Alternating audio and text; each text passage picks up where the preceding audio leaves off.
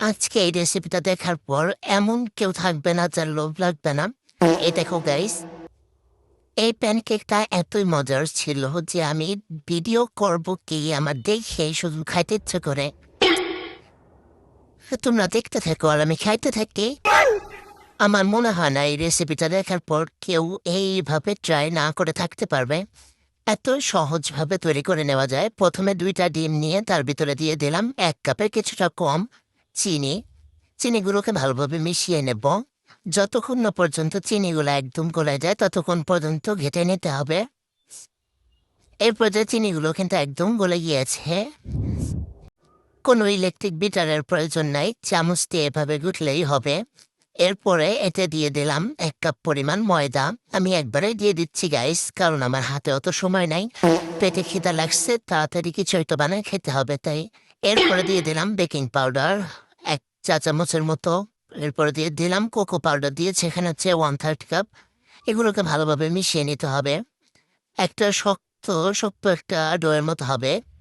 খুব বেশি শক্ত না, মানে তোমার কেকের বেটার যেরকম সেরকম পাতলাও হবে না, আবার খুব বেশি ঘনও হবে না। এরপরে একটু দিয়ে দিলাম হালকা পাতলা করার জন্য 1/3 কাপ পরিমাণ পানি, আর হচ্ছে তেল দিয়েছি 1 টেবিল চামচ মতো। এরপর আমি হাত দিয়ে খুব ভালোভাবে মিশিয়ে নিচ্ছি। আমার চামচ দিয়ে কেমন যেন খুব ভালো হচ্ছিল না, আমি হাতই দিয়ে দিলাম। ভয়ের কোনো কারণ নাই গাইস, তোমরা আবার মনে করতে পারো যে এভাবে হাত দিয়ে ঘেঁটলে যদি স্পঞ্জি না হয়।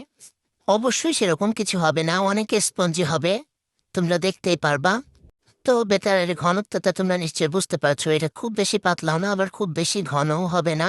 কেকের বেটার থেকে একটু ঘন হবে।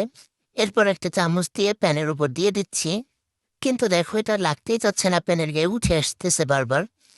তো এরপর চামচ দিয়ে একটু শেপ দিয়ে নিতে হবে, যেহেতু এটা শক্ত তাই নিজে থেকে ছড়াবে না। এরপরে হচ্ছে মেইন যে কাজটা, সেটা হচ্ছে 10 টাকা দামের এই চকলেট। এগুলোকে ভেঙে আমি এর ভিতরে দিয়ে দেব। সামান্য চাপ দিয়ে দিচ্ছি, তারপরে উপর দিয়ে আবার কেকের ভেতর দিয়ে চকলেটটা ঢেকে দিব। চকলেটের পরিমাণটা বেশি হলে কিন্তু খেতেও ভালো লাগবে। বাচ্চারা কিন্তু অবশ্যই এটা অনেক বেশি পছন্দ করবে। এরপরে সামান্য বেটার নিয়ে উপর দিয়ে দিয়ে দিচ্ছি, যাতে চকলেটটা গলে বাইরে বেরিয়ে না আসে, যে সে কারণেই কেকের ভেতরটা দিয়ে ঢেকে দিতে হবে। প্যানকেকের এই রেসিপিটা কিন্তু একদমই সহজভাবে তৈরি করে নেওয়া যায় আর খুব মজার হয় খেতে। বাচ্চা বলো আর বুড়ো বলো, সবাই কিন্তু এটা অনেক বেশি পছন্দ করবে। তো ঝটপট এই রেসিপিটা তৈরি করে নিতে পারবাম। এই ক্ষেত্রে কিন্তু চুলার আঁচ একদম লোতে রাখতে হবে, আর অবশ্যই ঢাকনা দিয়ে দিতে হবে। ঢাকনা দিলে খুব ভালোভাবে এটা সিদ্ধ হবে। এরপর আবারও আমার চামচ দিয়ে হচ্ছিল না, তাই আমি হাত দিয়ে দিয়ে দিলাম। ভালোভাবে এটাকে শেপ দিয়ে তারপরে ভিতরে আবারও আগের মতোই চকলেট দিয়ে দেব। দেখো গাইস, শেপ কেমন হলো সেটা কোনো বিষয় না, যদি খেতে দারুণ হয় তাহলে শেপে কিছুই যায় আসে না, সব তো পেটেই যাবে বলো। খাওয়ার সময় তো পেটে গেলে আর কোনো শেপ থাকবে না।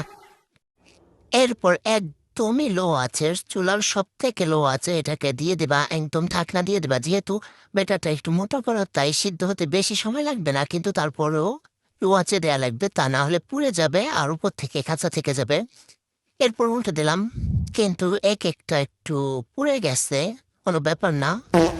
দেখো গাইস, আমি কিন্তু 5টা কেক বানাইছিলাম, কিন্তু তোমাদের দেখানো পর্যন্ত আস্তে আস্তে 2টা সাবার হয়ে গেছে। কি আর করার, দেখো কি লোভনীয় না হয়েছে দেখতে, এগুলো দেখে কারো মাথা ঠিক থাকে বলো? সো যদি খাইতে ইচ্ছা করে তাহলে অবশ্যই বানাই খাও, আর আমাকে জানাও কেমন হয়েছে। আর অবশ্যই সাবস্ক্রাইব করতে ভুলো না।